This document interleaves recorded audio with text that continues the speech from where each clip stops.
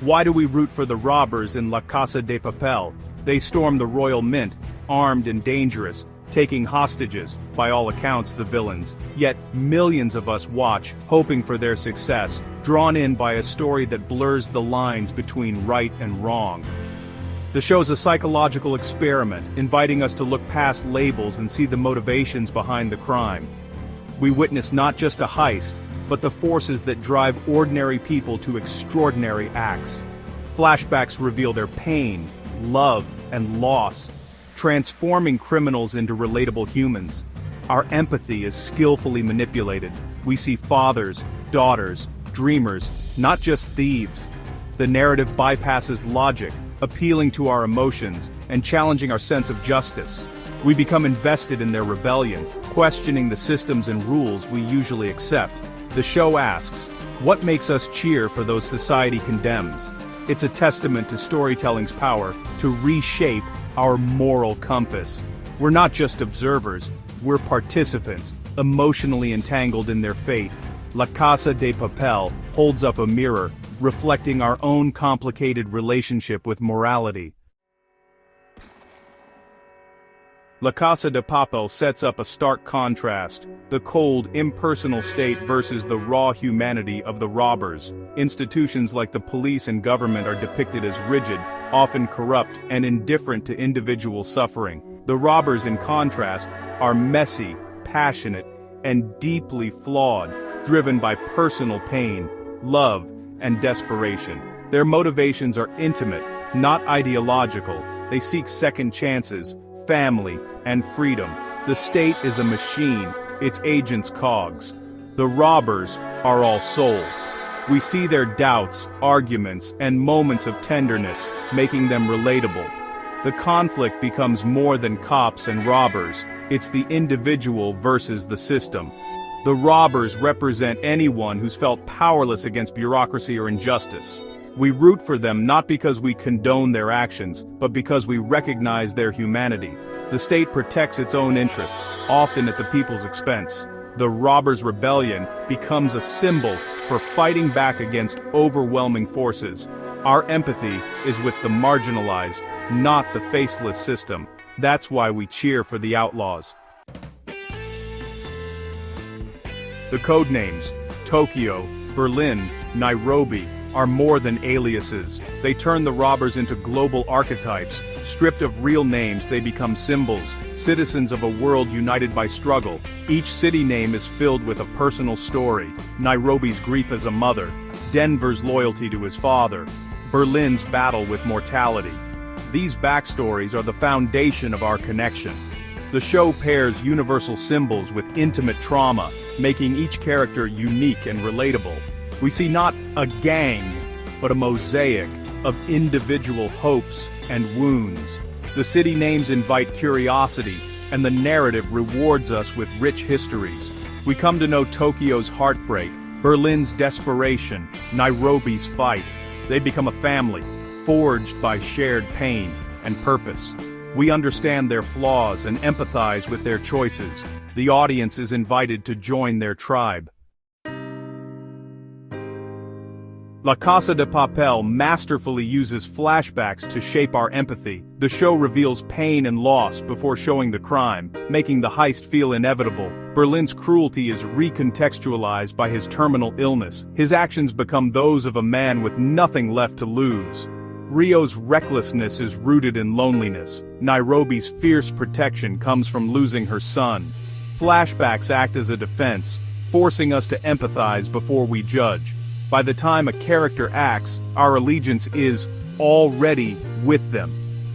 The non-linear storytelling frames the heist as the culmination of personal tragedies. The Royal Mint becomes the intersection of broken lives. We see evidence of their humanity before their crimes. When we return to the present, we view their actions through a lens of sympathy. The past unlocks the moral complexity of the present. The show ensures we feel before we judge. That's the secret to its emotional power. La Casa de Papel engineers empathy before judgment. By exposing us to the robbers' vulnerabilities, the show makes it impossible to see them as mere villains. Tokyo's narration places us inside the gang, aligning our perspective with theirs. We witness their bonds. Moscow as a father, Nairobi's loyalty, Helsinki's strength. They're a family of outcasts, finding belonging in each other. When danger strikes, we fear for them, not just the plan. The show breaks down the collective into individuals, each with a reason to care.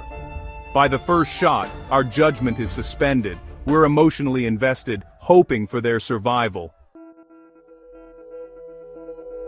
At the center stands the professor, the mastermind and moral compass. His cardinal rule: no bloodshed. The heist is to be non-violent, a statement rather than an assault. The plan isn't to steal existing money, but to print new bills, a liquidity injection for the people, not the banks. He frames the crime as victimless, challenging the system rather than individuals.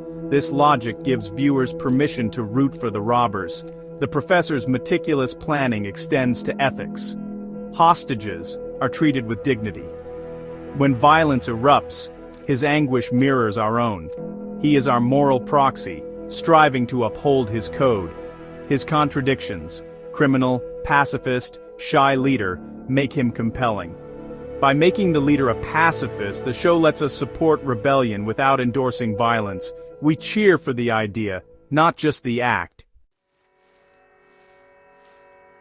Every revolution needs a symbol. For La Casa de Papel, it's the Salvador Dali mask. Dali represents rebellion and surrealism. By wearing his face, the robbers become more than criminals. The red jumpsuits and masks erase individuality, uniting everyone under a single idea. Hostages wear them too, blurring the line between victim and perpetrator. The mask is a metaphor. Under it, we're all just people, shaped by circumstance. As the heist unfolds, the mask spreads to the streets, becoming a global icon of resistance. It transcends the crime, symbolizing defiance against corrupt systems. The robber's idea escapes the bank, inspiring real-world protest. The mask turns them into folk heroes, avatars of rebellion. We cheer not for theft, but for what the mask represents. The heist becomes a symbolic act for the powerless. The Dali mask is hope, defiance, and the dream of turning the world upside down.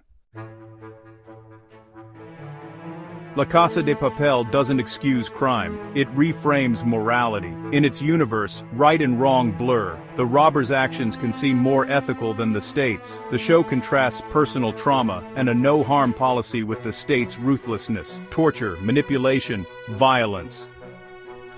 Who is the real villain? The narrative forces us to weigh each side's actions, often finding the robbers on higher moral ground. Legality and morality diverge. An illegal act can be defensible, while legal actions can be cruel.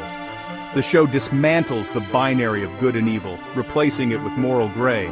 We're challenged to look beyond laws to intent and consequence. No easy answers, just a call for empathy and nuance. We're left questioning the systems we trust. La Casa de Papel isn't about heroes or villains, it's a universe of moral ambiguity. Its power lies in demolishing black and white thinking, revealing every character as a mix of good and bad. We root for the robbers not because crime is noble, but because their humanity eclipses their actions.